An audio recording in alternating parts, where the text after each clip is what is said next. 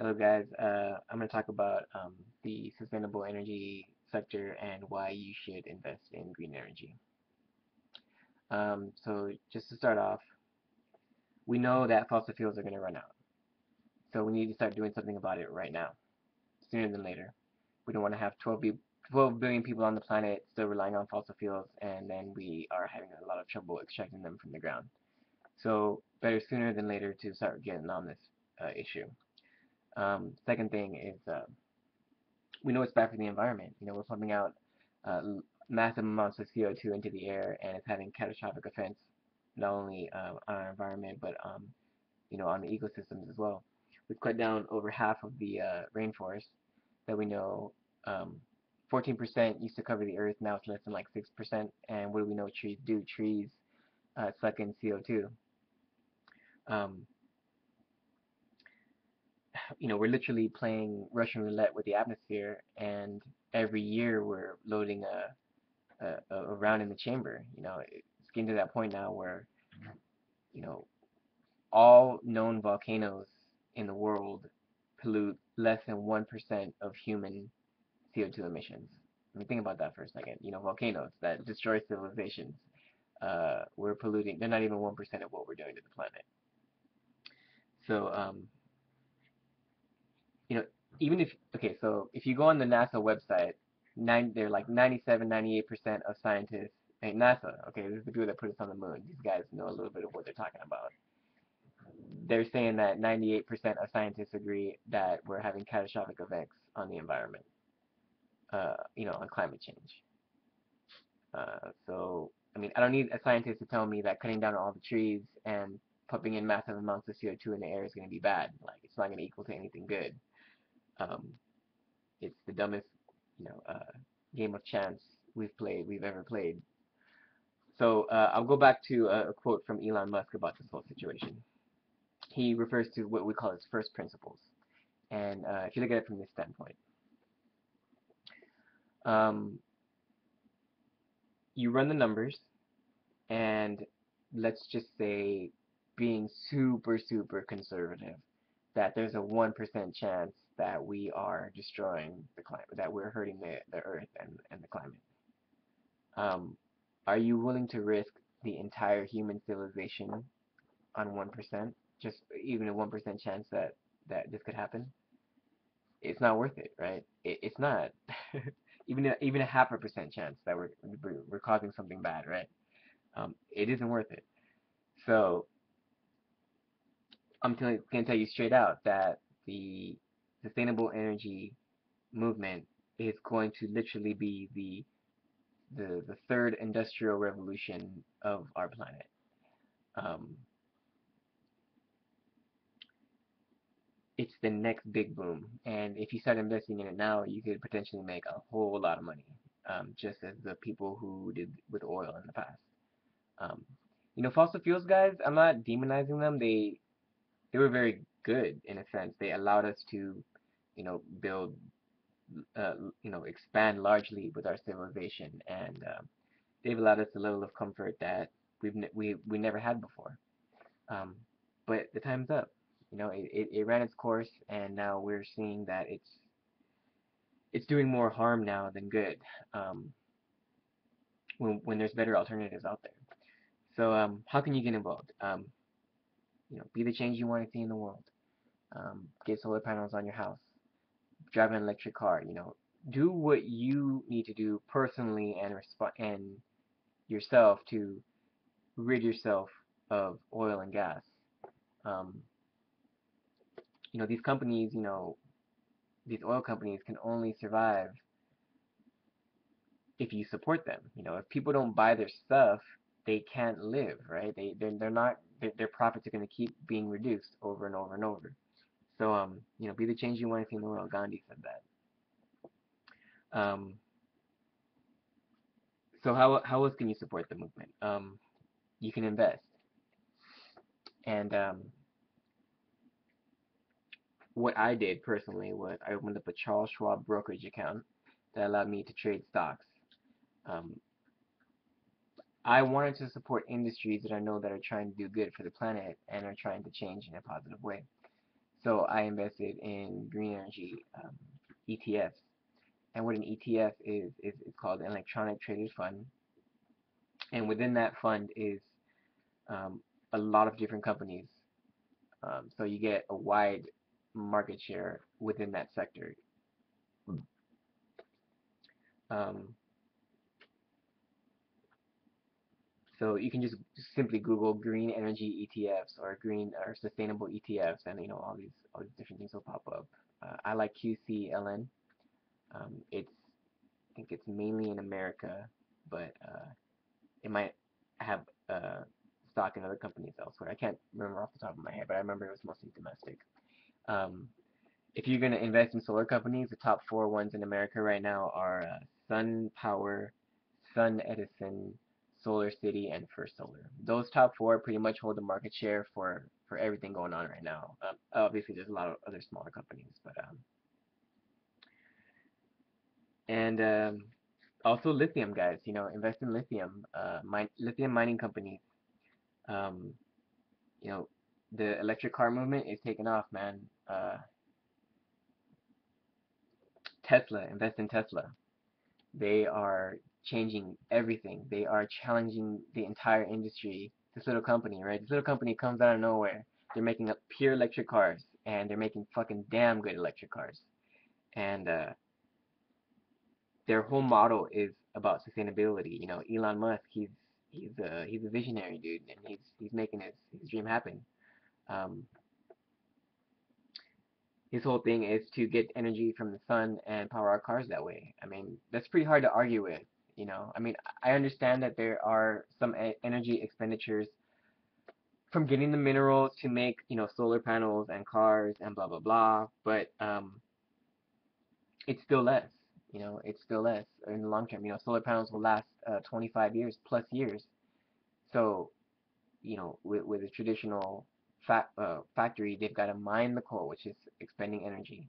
They've got to, take it to the power plant. They've got to burn it.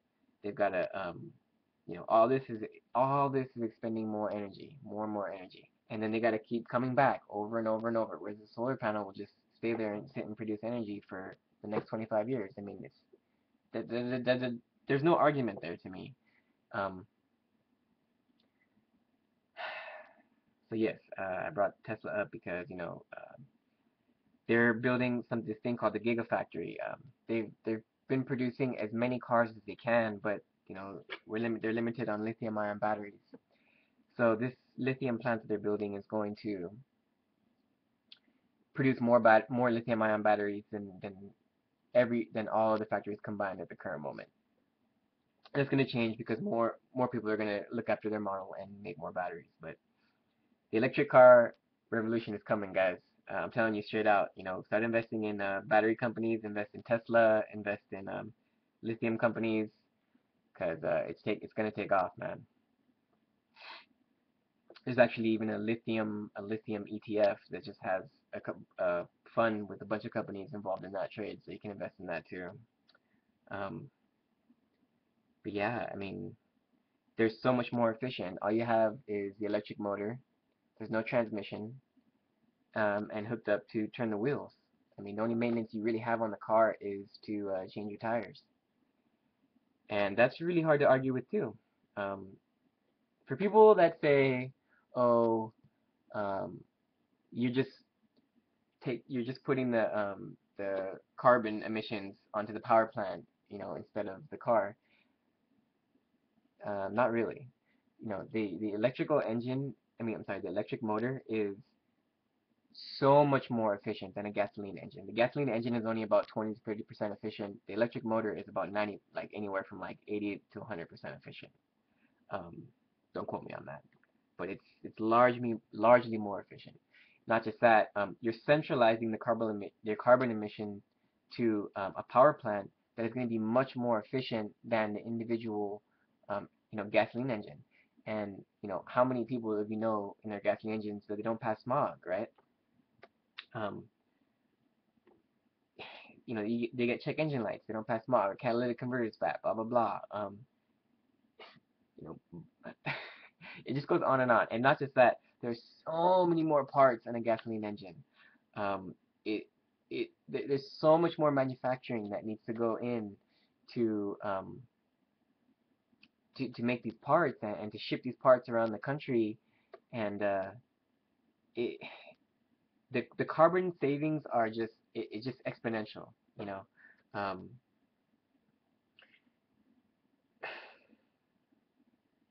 it's just a largely inefficient design. Um, you know, the dealerships, they can't make money off of electric cars. There's just really no maintenance on them to do, besides the batteries. And then, you know, when the batteries go out in a couple years, you know, it's going to be, you know, around 10 years or something. You can just um, either sell the car, or you can just get the batteries replaced or fixed. Um, but it's not that bad. I mean, after like 8 years, you might lose 20% of your battery range. You know, that's not bad considering you saved money on, you know, all the maintenance, oil changes, gas. Um, it's so much cheaper to charge your car. Anyway, uh, Tesla is sold out of all their cars until the mid of 2016. Okay, think about that for a second. This company, they don't run, they don't have any dealerships. They have a store that you can go into and look at the car and then put one on order. But you know, there's no marketing. There's everything's by word of mouth. So these cars are so efficient and so good that it's a no-brainer. People, they're selling like hotcakes. I mean, they can't even meet they can barely meet demand. All right, they're building these factories to pump out batteries so they can start getting these cars out to people. I mean, when was the last time that, you know, you had a car company that was sold out thousands of cars? I mean, talking like 50,000 cars or more sold out for years, you know, and some people waited 3 years for their Model S. I mean, that's, I don't know about you, but I'm not gonna pay for a fucking car that I have to wait 3 years for. You know, it's gotta be one hell of a fucking car for me to do that. So anyway, I'm kind of going on a tangent here, but the I'm telling you straight out, the green energy movement is the next the third industrial revolution of our species. It's probably one of the most important things that we're ever gonna do in our lifetimes, besides going to Mars or to another planet, which is Elon Musk is also working on with his SpaceX company. Um, we're really seeing a fundamental change in the power shift, right? So traditional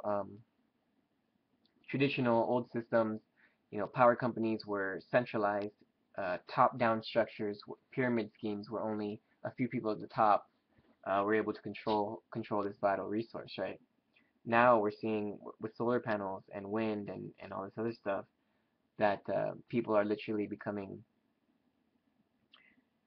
their own generators, their own power plants, and the power is in the people's hands now, right? It's lateral power and not centralized pyramid power. Um, you know, if you have any doubts in this, just do more research, guys. Don't take my word for it. Just type in, you know, are renewables the future? Um, a big thing that we've been having a problem with is we can capture all the energy on the planet with solar panels, but we've been having trouble storing it. Well, that's no longer the case now. You know, Elon Musk again with Tesla, they're releasing batteries for the home, so you can go completely off grid if you want. You know, right now they're a little pricey, but prices will go down with the new factories coming out. Um, and he also has commercial options for they're much bigger units, like refrigerator size, and they're modular, so they keep adding more to your needs for much bigger companies. And he even has designs for much bigger infrastructure to power whole cities, you know, with these batteries. Um, although I don't know of any projects he's currently working on with that, but he said that they've contacted him to talk about it. And there's two other companies, EOS Systems and let me check this right quick. EOS Systems and Ambry. I heard about Ambry from a TED Talk, and they were talking about storing. This guy created a large-scale new type of battery to store energy, and it's new technology. You know, it's good, and they're already implementing them out into into the grid. There's another and the other company I believe you mentioned, EOS Systems or EOS something. They're using zinc for their large scale batteries. So there's lithium, zinc, and Ambry uses um, molten salt, I believe, but it's a liquid metal. It's a liquid metal battery, and they're all three different types of technologies, and they're all could be used in different applications. And that's the future, guys. We're getting to that point where renewable is cheaper than fossil fuels.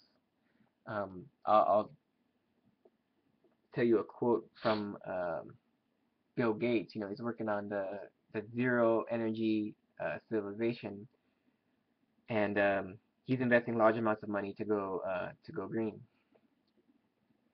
But basically, what he says is now that he says, regardless if you don't believe in climate change or not, you're not going to pay more for an older technology that is worse, right?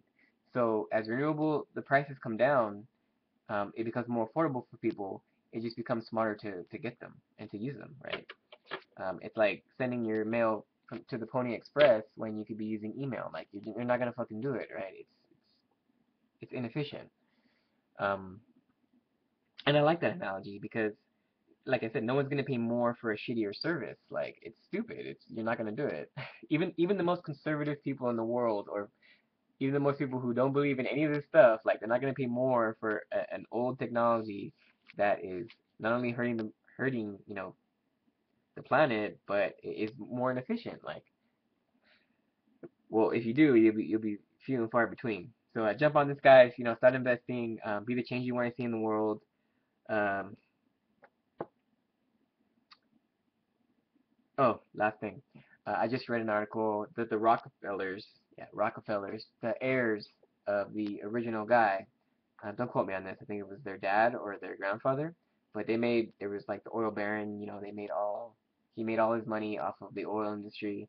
Um, because before the oil industry, we were using whale oil, and he was like, "This gotta stop. We gotta swing more than whale oil." So, they got really rich off of this. But I just read an article that they're donating their fortunes, not donating, they're investing their fortunes in the green energy movement. So there are no other people on the planet that have a vested interest in keeping the old structure um, as the heirs of the Rockefellers. I mean, all their money's tied up in oil and big oil.